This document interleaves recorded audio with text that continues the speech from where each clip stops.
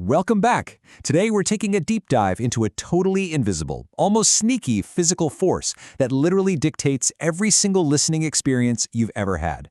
You know, we spend so much time, and money, right, obsessing over high-end speakers and pristine audio files, and we completely miss the fact that the actual room we're sitting in is secretly hijacking the sound before it ever even reaches our ears. Think about it. Have you ever been blasting your favorite song, walked right to the dead center of the room, and suddenly realized the bass just vanished? It's like it got sucked right out of the air. We actually call that bass suckout. Or, on the flip side, maybe you step into a corner and suddenly the low end is booming so insanely loud it practically rattles your teeth. Well, spoiler alert. Your speakers didn't suddenly break, and your ears definitely aren't playing tricks on you. You've just walked directly into a really complex web of invisible physics. What you're experiencing is what acousticians call a standing wave. See, when a sound wave fires out of your speaker, it doesn't just, magically disappear. It hits a wall, bounces back, and actually collides with the next wave coming out of the speaker. When these waves just keep reflecting back and forth between parallel boundaries, like your walls or your floor and ceiling, they actually interfere with themselves. They lock into this stationary, highly stable pattern of high and low pressure zones. It is, literally, an acoustic trap hidden right there in midair. Okay, let's dive into this. Here is our roadmap for today. First, the shape of sound. Second, the anatomy of room modes. Third, the cube room nightmare. Fourth, crossing the Schroeder frequency. And finally, mapping the acoustic battlefield. All right, kicking things off with Section 1, the shape of sound and how rooms actually act like instruments. So a room is not just a box of empty air waiting to be filled up with music. It's a dynamic, living instrument all on its own. Think about the difference between a flute and a saxophone. They're both wind instruments, sure, but the flute is essentially an open, cylindrical pipe, while the sax is a closed, conical pipe. That specific physical shape entirely dictates the instrument's timbre, the unique color and harmonics of the sound it makes. Well, in the exact same way, the physical dimensions of your listening room act as a giant acoustic filter. The room's geometry completely dictates its acoustic coloration. Moving right along to Section 2. The anatomy of room modes and calculable wave resonance. Now you might be wondering, how exactly does a room shape sound? Well, it all comes down to the math governing this invisible world. This right here is the Rayleigh room mode equation. It's basically the fundamental wave acoustics formula that experts use to calculate the exact resonant frequencies of those standing waves we talked about. It proves that room modes aren't just random acoustic bad luck. They are actually deeply mathematically predictable. Let's quickly break down this math so it's not totally overwhelming. The formula basically takes the speed of sound, which is roughly 1,130 feet per second, and divides it by combinations of your room's exact length, width, and height. Those integers p, q, and r, they just identify which specific mode we're looking at. The big takeaway here is simple, but honestly profound. Your room's physical dimensions have a hard mathematical relationship with the speed of sound. And this math creates three very distinct types of standing waves. The first, and honestly the most acoustically destructive, is the axial mode. This is a standing wave that just bounces back and forth between exactly one pair of opposing surfaces, like say your front and back walls. Because these waves undergo the absolute fewest reflections, they lose the least amount of energy, which makes their impact on your sound absolutely massive. Next up, we have the tangential mode. So instead of just ping-ponging between two walls, a tangential wave reflects off four of the room surfaces in a continuous closed loop, like hitting all four walls but skipping the floor and ceiling.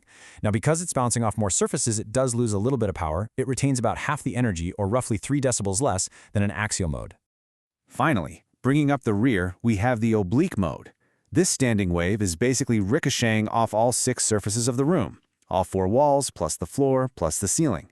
Because it's constantly bouncing around the whole space, it contains about a quarter of the power, which is 6 decibels less energy, compared to those mighty axial waves. But here's where it gets wild. Within all of these modes, 2 totally distinct physical zones are created: nodes and antinodes. Nodes are these dead zones in the room with 0 sound pressure. Remember that bass suckout in the center of the room we talked about? That's a node. Antinodes are the exact opposite. They are spatial points of maximum sound pressure where acoustic energy just piles up. And crucially, antinodes almost always pile up right at the rigid boundary walls, and especially in the corners of your room. All right, Section 3, the cube room nightmare, a perfectly square trap. So, in a really well-proportioned room, the mathematical modes we just talked about are evenly spaced out, which gives you a relatively flat, smooth sound response. But what if you have a perfect cube? Well, the length, width, and height are identical, and that causes an absolute disaster known as modal coincidences. Because the dimensions are exactly the same, those independent axial room modes align at the exact same frequencies, just stacking up right on top of one another. To put that into perspective, let's imagine an 8x8x8 cubic plywood room. Because all three axes are exactly 8 feet long, the room doesn't support a nice even spread of bass frequencies. Instead, it creates these massive overlapping energy spikes, what acousticians call dreaded triple coincidences.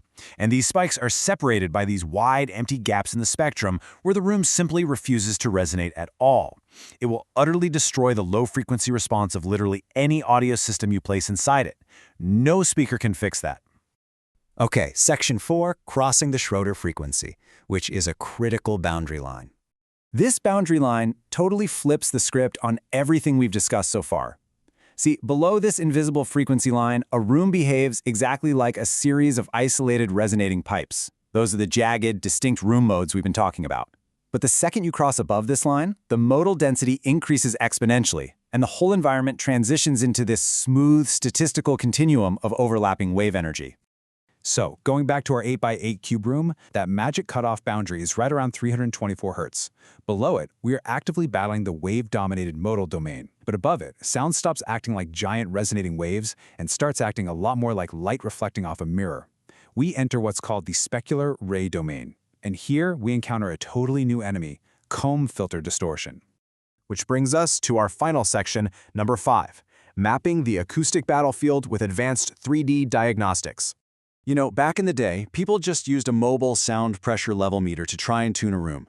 But an SPL meter only gives you one-dimensional data. It's basically just a thermometer for volume. It is totally blind to frequency and completely blind to time. If you truly want to diagnose and fix a room today, acousticians use advanced acoustic analyzers. These incredible tools generate 3D topography, literally mapping out the architectural geometry of the sound itself. What's amazing about this 3D mapping is that it allows us to isolate fixed slices of time. By doing this, we can visually separate the actual modal resonances, the ones that sustain and ring out over time like a struck bell, from static boundary interference. Those boundary effects are really just sudden, position-dependent geometric echoes bouncing off a hard surface, not actual ringing resonances. So, the really crucial point here is how time impacts the frequencies above our Schroeder limit. Imagine pure, direct sound coming from your speaker. If that sound combines with a reflection off a sidewall that is delayed by just one tiny millisecond, it creates a massive destructive cancellation node at exactly 500 Hz. That will completely destroy speech intelligibility and the timbre of the music. It is honestly staggering what a mere 1 millisecond delay can do to an acoustic environment. Let's bring it all together.